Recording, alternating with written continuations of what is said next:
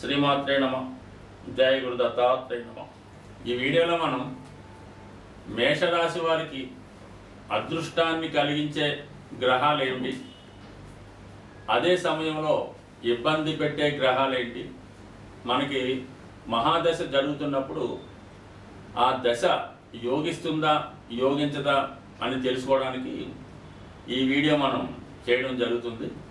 మరి మేషరాశి వారు ఏంటంటే సాధారణంగా వాళ్ళు ఒకే మాటకి కట్టుబడి ఉండడం, వారికి ఏదైనా నచ్చిందంటే ఇమీడియట్గా ఆ కార్యక్రమాన్ని చేయడం జరుగుతూ ఉంటుంది. ఏదైనా ఒక పనిని సాధించాలన్నా, ఒక కన్స్ట్రక్షన్ చేయాలన్నా వారి వల్ల మాత్రమే అవుతుంది.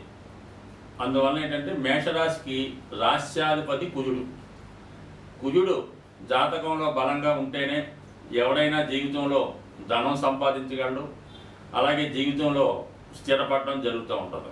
అటువంటి కుజుడు మేషరాశి వారికి అటు లగ్నాధిపతి రాశ్యాధిపతి అవ్వడం వల్ల మరి మేషరాశి వారికి కుజుడు తన యొక్క దశ అంతర్దశలో శుభ ఫలితాన్ని ఇవ్వడం జరుగుతూ ఉంటుంది. అంటే మేషరాశి వారికి నెంబర్ 1గా కలిసి వచ్చే గ్రహం కుజగ్రహం. అయితే ఇదే కుజుడికి అష్టమాధిపత్యం కూడా ఉండడం వల్ల నిర్మోహమాటంగా జాతకుడు మంచి మార్గంలో వెళ్ళినప్పుడు మంచిగా తన యొక్క ఫలితం ఇవ్వడం జరుగుతూ ఉంటుంది. అక్రమ మార్గాల ద్వారా, చెడు పద్ధతుల ద్వారా ఇల్లీగల్గా వెళ్ళినప్పుడు ఖచ్చితంగా పనిష్మెంట్ కూడా ఇవ్వడం జరుగుతుంది. అంటే పనిష్మెంట్ ఇచ్చినప్పటికీ కూడా జాతకుడికి జ్ఞానోదయం అయ్యే విధంగా ఆ గ్రహం జాతకుడి మీద ప్రభావాన్ని చూపిస్తూ ఉంటుంది. అంటే మేషరాశి వారికే కాదు, ఏ రాశి వారికైనా కుజుడు ఒక స్ట్రిక్ట్ అయినటువంటి పోలీస్ ఇన్స్పెక్టర్ లాంటి వాడు. మీరు మంచి చేస్తే మంచి ఇస్తాడు, చెడు చేస్తే చెడిస్తాడు. ఇది గమనించుకొని మేషరాశి వారు ఆ కుజుడు యొక్క దశ అంతర్దశల్లో మరి మంచి మార్గంలో వెళ్ళినప్పుడు ఖచ్చితంగా రాణించే అవకాశం ఉంటుంది. దాని తర్వాత రవిగ్రహం అంటే 5వ స్థానాధిపతిగా, కోణాధిపతిగా, మరి పూర్వపుణ్య స్థానాధిపతిగా అత్యంత శుభగ్రహం రవిగ్రహం. రవి బలం ఉంటేనే జాతకుడు స్వతంత్రంగా ఆత్మబలాన్ని కలిగి ఉంటాడు, సుపీరియారిటీ కాంప్లెక్స్ కలిగి ఉండి ఎంత గొప్పవారితో అయినా డీల్ చేసి ఆ కార్యక్రమాన్ని నెరవేర్చగలుగుతూ ఉంటాడు. అంటే మేషరాశి వారు అటు స్వతంత్ర వృత్తిలో రాణించాలన్నా, రాజకీయ రంగంలో రాణించాలన్నా రవి యొక్క బలం తప్పనిసరి. అంటే రవి మేషరాశి వారికి యోగించే గ్రహం కాబట్టి మరి రవి యొక్క దశ అంతర్దశల్లో జాతకుడికి అధికార పదవి రావడం కానీ, తండ్రి గారి ద్వారా వారసత్వంగా అయిన పదవి రావడం కానీ, నేమ్ అండ్ ఫేమ్ రావడం కానీ, వారసత్వ ఆస్తి రావడం కానీ, వారి యొక్క లక్షణాలు, వారి యొక్క క్వాలిటీసు మరి ఈ రవి యొక్క దశలో మేషరాశి వారికి అనుభవంలోకి రావడం జరుగుతూ ఉంటుంది. ఇది ఒక విధంగా రవి కూడా రాజ ప్లానెట్ అవ్వటం కాబట్టి జాతకుడు నిజాయితీగా వెళుతున్నప్పుడు మాత్రమే జాతకుడికి ప్రగతి రావడం జరుగుతూ ఉంటుంది. ఏమాత్రం చట్టానికి వ్యతిరేకంగా అంటే ప్రభుత్వానికి చెల్లించవలసినటువంటి పన్నులు, ట్యాక్సులు ఎగ్గొట్టడం, అలాగే నిజాయితీగా అంటే చట్టానికి వ్యతిరేకంగా ప్రవర్తించడం వల్ల రవి దశలో కూడా జాతకుడు శిక్షించబడడం జరుగుతూ ఉంటుంది. అంటే మన యొక్క ఈ రాశి చక్రంలో ఈ నవగ్రహ ప్లానెట్స్ అంటే రవి ఏమో రాజు లాంటి వాడు. అందుకని కంపల్సరీగా రాజు తప్పు చేస్తే శిక్షించవలసిందే కాబట్టి తన దశలో అయినా అంతర్దశలో అయినా ఎటువంటి మొహమాటం లేకుండా చెడ్డ పని చేసిన వారికి శిక్షించడం జరుగుతుంది. మంచి పని చేస్తే మాత్రం ఖచ్చితంగా వాళ్ళు అందరం ఎక్కుతారు. అదే కుజుడు సైన్యాధ్యక్షుడు అంటే ప్రస్తుతం ఉన్నటువంటి లా అండ్ ఆర్డర్ అన్నమాట.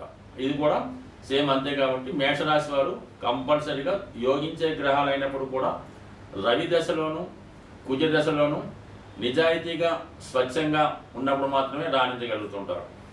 ఇక వీరికి అనుకూలించే 3వ గ్రహం మరి గురుగ్రహం.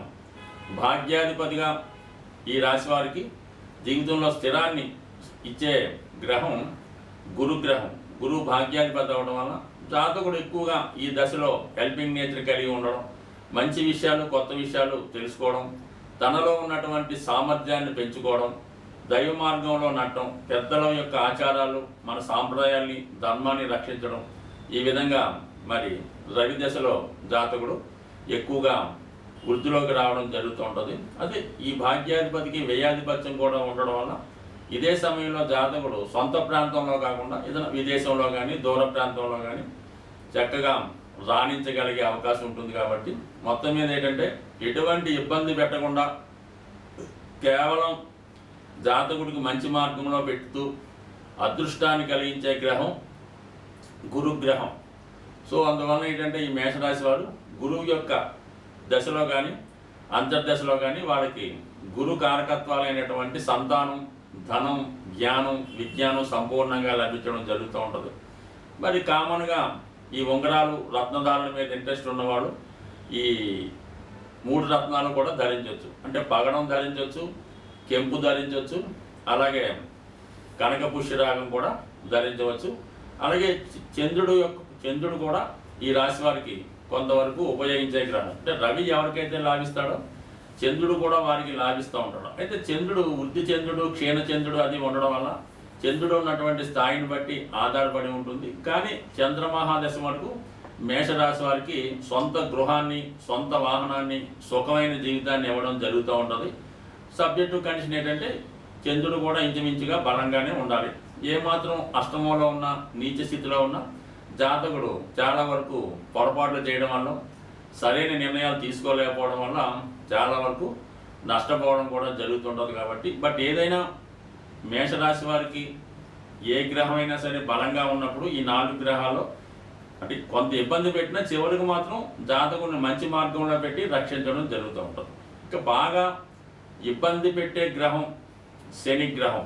అంటే దశమ లాభాధిపతిగా మరి జాతకుడికి అటు వృత్తి ద్వారా లాభాన్ని కూడా ఇచ్చినప్పటికీ కూడా మరి శని రాశి వారికి, ఈ లగ్నం వారికి బాధకుడు అవటం వల్ల జీవితంలో ఖచ్చితంగా చాలా చాలా చాలా ఇబ్బందులు పెట్టిన తర్వాత, జీవితంలో బాగా నాశనం అయిన తర్వాత చివరి ఫలితంగా ఏదో కొంత హోప్గా జాతకుడు చేసే కార్యక్రమాలు బట్టి, తన నడవడికను బట్టి మంచి మార్గంలో పెట్టే ప్రయత్నం చేస్తాడు తప్ప మేషరాశి అంటే ఎక్కువగా లగ్నం ఫాలో అవుతుంటాం. మేషరాశి, మేష లగ్నం వారు ఒకవేళ శని మహాదశ వచ్చిన టైంలో చాలా జాగ్రత్తగా కష్టపడుతూ జీవితంలో ముందుకెళ్తేనే అభివృద్ధి ఉంటుంది తప్ప ఏమాత్రం అవినీతి కార్యక్రమాలు, అక్రమైన పనులు, చెడు వ్యసనాలు, అతిగా నిద్రపోవడం, అబద్ధాలు చెప్పడం, పెద్దల్ని నిందించడం, ఇటువంటి ఏ కార్యక్రమం చేపట్టినా కూడా తొందరగానే అంటే శని భగవానుడు ఏం చేస్తాడంటే ఈ జన్మలో మీరు చేసినటువంటి తప్పులను ఈ జన్మలోనే శిక్షించే విధంగా ప్రయత్నం చేస్తూ ఉంటాడు. పైపెచ్చు బాధకుడు అవటం వల్ల ఏంటంటే ప్రతి క్షణం మిమ్మల్ని అనుసరిస్తూ ఒక పక్క లాభాన్ని ఇస్తూనే ఒక పక్క ఇబ్బంది పెట్టే గ్రహం శని గ్రహం. కాబట్టి అంటే శని గ్రహం మేషరాశి వారికి యోగించడు. అలాగే బుధ, శుక్రగ్రహాలు, అలాగే ముఖ్యంగా శనితో పాటుగా రాహు గ్రహాన్ని కూడా మనం తీసుకోవాల్సి ఉంటుంది. అంటే రాహు ఎంతసేపు కూడా ఉన్నదాన్ని ఎక్కువ చేస్తూ ఉంటాడు. మీరు ఏదైనా ఒక మంచి కార్యక్రమం చేస్తూ ఉంటే దాన్ని చాలా పైకి తీసుకెళ్ళడం జరుగుతూ ఉంటుంది.